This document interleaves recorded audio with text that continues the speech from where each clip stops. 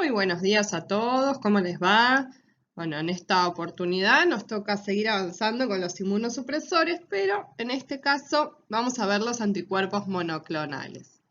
Para eso vamos a tener que primero adentrarnos un poquitito en qué son los anticuerpos monoclonales, cómo se obtienen, cuál es su nomenclatura, cuál es la diferencia que hay con los que terminan en sept, que son proteínas de fusión, y también están dentro de este módulo. Fíjense que dentro de los que vamos a ir viendo, tenemos algunos que terminan en MAB, que son anticuerpos monoclonales, pero tenemos otros, como el belatacept, que termina en sept.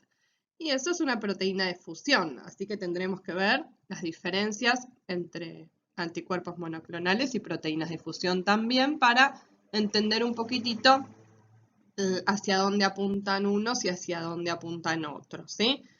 Por supuesto, van a tener bastante material complementario para lectura, sobre todo en estos medicamentos de origen biológico que están incluidos dentro de este gran grupo.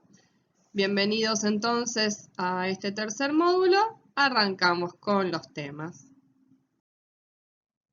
Bueno, el mecanismo de acción en este grupo de inmunosupresores, que son anticuerpos monoclonales o proteínas de fusión, es de alguna manera intentar bloquear la función de los linfocitos T. Por eso, en este dibujito vemos a los linfocitos T con su correspondiente presentación antigénica a través de la célula presentadora de antígeno, como vimos en nuestro primer módulo, y de allí podríamos tener linfocitos T CD4 positivos o helpers, o linfocitos T CD8 positivos o citotóxicos. ¿Recuerdan? Bien. El paso seguido frente a esa activación, luego de la presentación antigénica, era la expansión clonal. Y después de la expansión clonal vamos a tener a las células efectoras y a las células de memoria. Imagínense que acá, en el caso de un trasplante, el órgano tiene que poder quedarse a vivir en el organismo de la persona receptora. Por ende, el mecanismo de acción sigue siendo inhibir la expansión clonal de los linfocitos T, de alguna manera o de otra manera, ¿sí? Porque de esa manera, de esa forma, me garantizo que no voy a tener ni células efectoras ni células de memoria de los linfocitos T. Bien, entonces, para tratar episodios de rechazo agudo se van a utilizar anticuerpos que reaccionan con estructuras de la superficie del linfocito T y eliminan o inhiben los linfocitos T. Veamos cuál fue el primer anticuerpo antilinfocito T utilizado en pacientes trasplantados. Acá tenemos al Muromomab, el primer anticuerpo antilinfocito T usado en los pacientes trasplantados. Fue un anticuerpo monoclonal de origen murino, o sea, de ratoncito, llamado OKT3 o Muromomab, que es específico frente al CD3 humano. OKT3 fue el primer anticuerpo monoclonal usado como fármaco en los seres humanos, pero ya no se produce.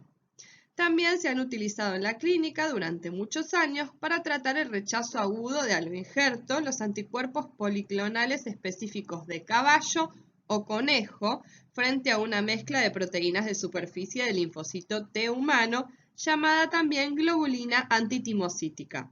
Estos anticuerpos contra el linfocito T reducen los linfocitos T circulantes mediante una activación del sistema de complemento para que elimine a los linfocitos T o mediante su opsonización para su fagocitosis. Nada de esto existe en la actualidad. ¿Por qué? Porque todo lo que sea de origen murino, como en este caso el Muromomab, o de algún otro origen, como veíamos recién, caballo, conejo, para los humanos son todas proteínas heterólogas. Por ende, el organismo va a hacer reacciones de hipersensibilidad contra esos monoclonales, ¿sí? Termina siendo peor el remedio que la enfermedad. Así que hubo que, por ingeniería genética, tecnología de ADN recombinante y todos los procesos biotecnológicos súper costosos y difíciles de lograr, hubo que ir humanizando estos anticuerpos monoclonales. ¿Sí? Ya vamos a ir viendo cómo. Para eso primero tenemos que ver bien qué es un anticuerpo monoclonal, ¿sí? Pero sabemos entonces que estos primeros que se utilizaron a largo plazo daban, y no tan largo, generaban reacciones de hipersensibilidad muy graves, ¿sí? Por ende, enseguida se dejaron de utilizar y se empezó a tratar de, por la biotecnología, conseguir anticuerpos monoclonales más humanizados, ¿sí? Para evitar estas reacciones de rechazo inminentes. Bien, ahora se están utilizando en la clínica, entre otros, anticuerpos monoclonales que son específicos frente al CD25, la subunidad alfa del receptor para interleuquina 2. Estos reactivos evitan probablemente la activación del linfocito T al bloquear la unión de la interleuquina 2 a los linfocitos T activados y las señales de la interleuquina 2. Otro anticuerpo monoclonal que se usa en el trasplante clínico es una IgM de rata, que es específica frente al CD52, una proteína de la superficie celular expresada ampliamente por la mayoría de los linfocitos B y T maduros, cuya función se desconoce. El anti-CD52 se produjo inicialmente para tratar neoplasias malignas de linfocitos B y se vio que deprimía profundamente a la mayoría de los linfocitos B y T periféricos durante muchas semanas tras inyectarlo a los pacientes. En los ensayos actuales se administra justo antes y poco después del trasplante, con la esperanza de que pueda inducir un estado prolongado de tolerancia del injerto a medida que se desarrollan nuevos linfocitos en presencia del aloinjerto. La principal limitación del uso de los anticuerpos policlonales procedentes de otras especies, como decíamos recién, es que los seres humanos que los reciben producen anticuerpos contra la inmunoglobulina que elimina la inmunoglobulina extraña inyectada. Por esta razón, se van obteniendo anticuerpos quiméricos, humanos y humanizados. Por ejemplo, contra el CD3 y el CD25, que son menos inmunógenos. Ya vamos a ver cómo vamos obteniendo estas otras nuevas posibilidades de anticuerpos monoclonales. Vamos a repasar qué son los anticuerpos monoclonales, cómo se obtienen, ¿sí? Para poder entender un poquitito más sobre los inmunosupresores que son anticuerpos monoclonales.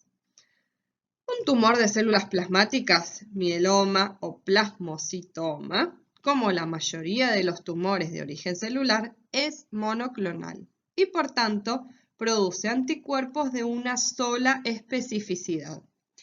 En la mayoría de los casos se desconoce la especificidad del anticuerpo tumoral, de manera que el anticuerpo del mieloma no puede utilizarse para detectar o unirse a moléculas de interés.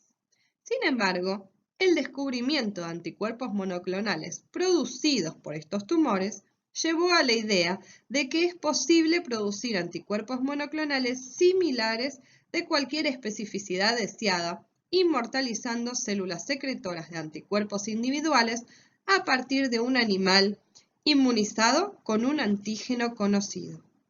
George Kohler y Cesar Milstein describieron en 1975 una técnica para conseguir esto, que ha resultado ser uno de los avances más valiosos de toda la investigación científica y la medicina clínica.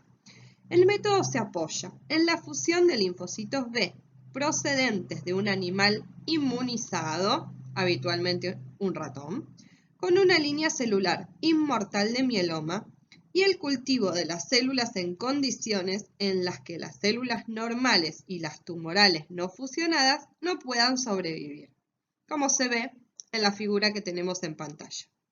Las células fusionadas resultantes que crecen se llaman hibridomas. Cada hibridoma produce solo una inmunoglobulina derivada de un linfocito B del animal inmunizado. se estudia la unión al antígeno de interés de los anticuerpos secretados por muchos clones de hibridomas y se selecciona y expande el clon con la especificidad deseada. Los productos de estos clones individuales son anticuerpos monoclonales, cada uno específico frente a un solo epítope del antígeno usado para inmunizar al animal y para identificar los clones inmortalizados secretores de anticuerpos. Estos anticuerpos monoclonales tienen muchas aplicaciones prácticas en la investigación, el diagnóstico y el tratamiento. Algunas de sus aplicaciones frecuentes son identificación de marcadores fenotípicos de tipos celulares particulares. La base de la clasificación moderna de los linfocitos y otros leucocitos es el reconocimiento de poblaciones celulares individuales con anticuerpos monoclonales específicos. Estos anticuerpos se han usado para definir marcadores de grupos diferenciación, CD, sus siglas en inglés, de varios tipos celulares. Otra aplicación es el inmunodiagnóstico. El diagnóstico de muchas enfermedades infecciosas y sistémicas se apoya en la detección de antígenos o anticuerpos particulares en la sangre, la orina o los tejidos, usando anticuerpos monoclonales en el inmunoanálisis. Otra aplicación es la identificación de tumores. Los anticuerpos monoclonales marcados específicos frente a varias proteínas celulares se usan para determinar el origen tisular de los tumores, tiñendo secciones histológicas del tumor. Una de sus grandes aplicaciones en la actualidad es el tratamiento. Los avances realizados en la investigación médica han llevado a la identificación de células y moléculas que participan en la patogenia de muchas enfermedades. Los anticuerpos monoclonales, debido a su exquisita especificidad, proporcionan los medios de dirigirse a estas células y moléculas. Hoy se usan diversos anticuerpos monoclonales como una forma de tratamiento. Algunos ejemplos son los anticuerpos contra la citoquina TNF, factor de necrosis tumoral, usados para tratar la artritis reumatoidea y otras enfermedades inflamatorias, los anticuerpos contra el CD20 para el tratamiento de las leucemias de linfocitos B y para eliminar linfocitos B en ciertos trastornos autoinmunes, los anticuerpos contra los receptores del factor de crecimiento epidérmico para dirigirse contra las células del cáncer, los anticuerpos contra el factor de crecimiento endotelial vascular, una citoquina que promueve la angiogenia en los pacientes con cáncer de colon y otros. Por último, otra aplicación frecuente es el análisis funcional de la superficie celular y de las moléculas secretadas. En la investigación biológica, los anticuerpos monoclonales que se unen a moléculas de la superficie celular y estimulan o inhiben funciones celulares particulares constituyen herramientas muy valiosas para definir las funciones de moléculas de superficie, como los receptores para los antígenos. Los anticuerpos monoclonales también se utilizan ampliamente para purificar poblaciones celulares concretas a partir de mezclas complejas con el fin de facilitar el estudio de sus propiedades y funciones. Bien, como ya anticipamos, una de las limitaciones de los anticuerpos monoclonales para el tratamiento es que estos anticuerpos son más fáciles de producir inmunizando ratones, pero los pacientes tratados con anticuerpos murinos pueden producir anticuerpos contra la inmunoglobulina murina, llamados anticuerpos humanos anti-ratón, por sus siglas en inglés HAMA, H-A-M-A. Estos anticuerpos anti-inmunoglobulina eliminan el anticuerpo monoclonal inyectado y también pueden provocar la famosa enfermedad del suero. Se han usado técnicas de ingeniería genética para ampliar la utilidad de los anticuerpos monoclonales. De un hibridoma pueden aislarse los ADN complementarios que codifican cadenas polipeptídicas de un anticuerpo monoclonal y estos genes pueden manipularse en el laboratorio.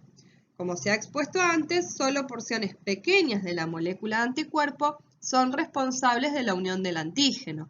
El resto de la molécula de anticuerpo puede considerarse como un armazón. ¿Se acuerdan cuando vimos la parte variable y la parte constante? Sí, a eso nos referimos. Esta organización estructural permite insertar segmentos de ADN que codifican las zonas de unión al antígeno procedentes de un anticuerpo monoclonal de ratón al ADN que codifica una proteína de mieloma humano, lo que crea un gen híbrido. Cuando se expresa, la proteína híbrida resultante, que conserva la especificidad por el antígeno del monoclonal murino original, pero con la estructura central de una inmunoglobulina humana, se denomina anticuerpo humanizado. Los anticuerpos monoclonales completamente humanizados también se utilizan en la clínica. Se obtienen usando métodos de exposición en fagos o en ratones con linfocitos B que expresan transgenes de inmunoglobulinas humanas. Los anticuerpos humanizados tienen menos probabilidad de parecer extraños en los seres humanos y de inducir respuestas contra el anticuerpo. No obstante, por razones desconocidas, una proporción de los sujetos que reciben anticuerpos monoclonales completamente humanizados como tratamiento produce anticuerpos bloqueantes. Veamos acá entonces en la imagen. El anticuerpo monoclonal con la letra A, que está todo pintadito de azul, es completamente murino, ¿sí? De origen murino. En la letra B tenemos lo que se conocen como anticuerpos monoclonales quiméricos. Son los siguientes en aparecer y lo que se humaniza, fíjense, es toda la región constante de esta inmunoglobulina, dejando el origen murino en sus regiones variables, que se vuelve a ver en azul. Y es la parte que va a estar en contacto con el antígeno. Bien, llegamos al C. En el C tenemos los anticuerpos monoclonales humanizados, en donde solo dentro de la región variable unas partecitas más pequeñitas, que son los segmentos hipervariables, quedan de origen murino, siendo todo el resto de humanizado, ¿sí? Cada vez se va humanizando más, hasta que llegamos al D, en donde tenemos directamente un monoclonal humano, ¿sí? 100% humanizado. También se extrae de ratón, ¿sí? Todo esto va avanzando y se va logrando gracias a la biotecnología. A diferencia de muchísimas monodrogas o IFAs, ingredientes farmacéuticos activos, que hay en el mercado, los monoclonales tienen una nomenclatura estándar, ¿sí? Que se respeta bastante. Fíjense. Acá tenemos como ejemplo al cetuximab. Siempre que termine en mab, nos está diciendo que es un anticuerpo monoclonal. Si terminase en pab, sería un anticuerpo policlonal. Después, la sílaba anterior al mab, la anteúltima, nos va a decir cuál es su origen, dependiendo de lo que vimos recién en la diapo anterior. Fíjense. En el ejemplo del cetuximab o un rituximab, por ejemplo, tenemos XI. El XI nos está diciendo que su origen es quimérico, o sea, según la diapo anterior, que pueden si quieren pausar y volver a verla, van a ver que es aquella que solo su región variable quedaba de origen murino, o sea, la región que se pone en contacto con el antígeno, siendo todo el resto de la inmunoglobulina, o sea, toda su región constante, humanizada. Bien, después, si tenemos en esa sílaba ZU, nos está diciendo que es el humanizado.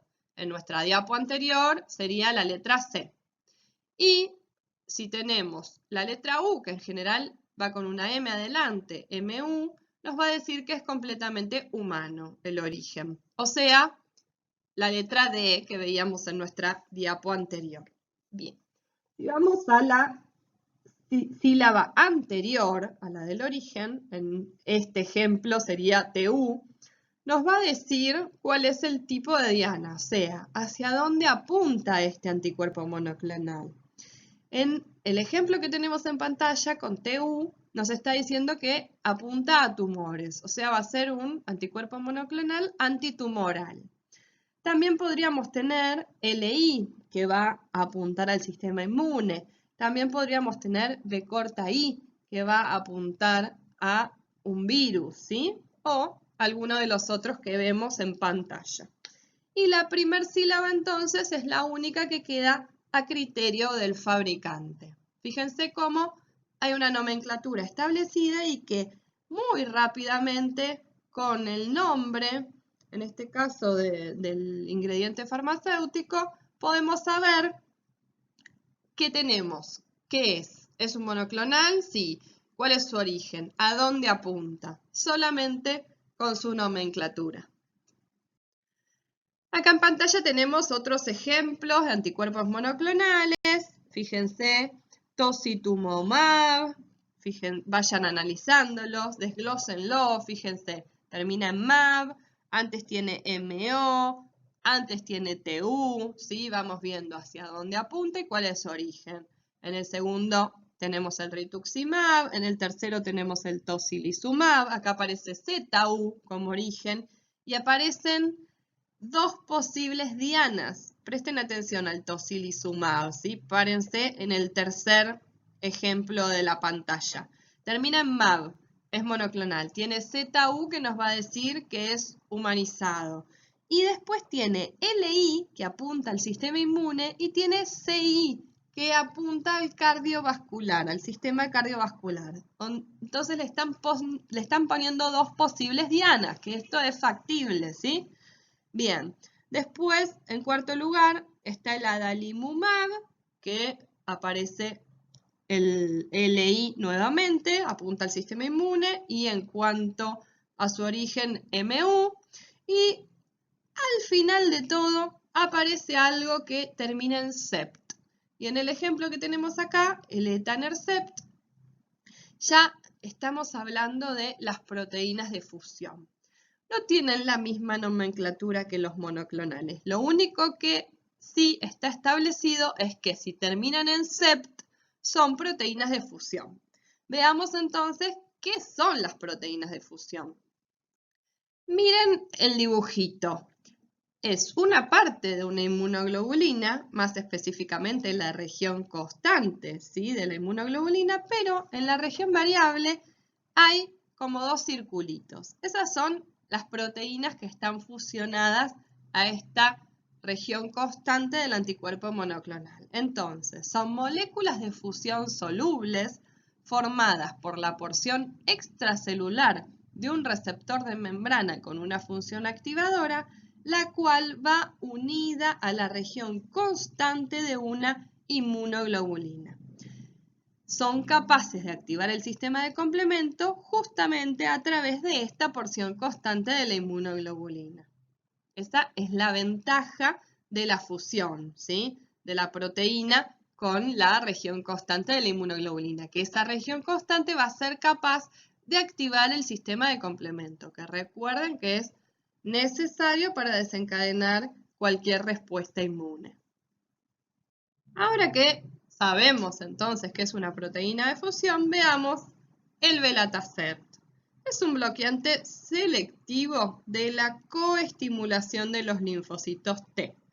Consiste en una proteína de fusión humana, fíjense que termina en sept, que combina una porción extracelular modificada del antígeno asociado a los linfocitos T citotóxicos, el fragmento de la región constante, el FC, de IgG humana.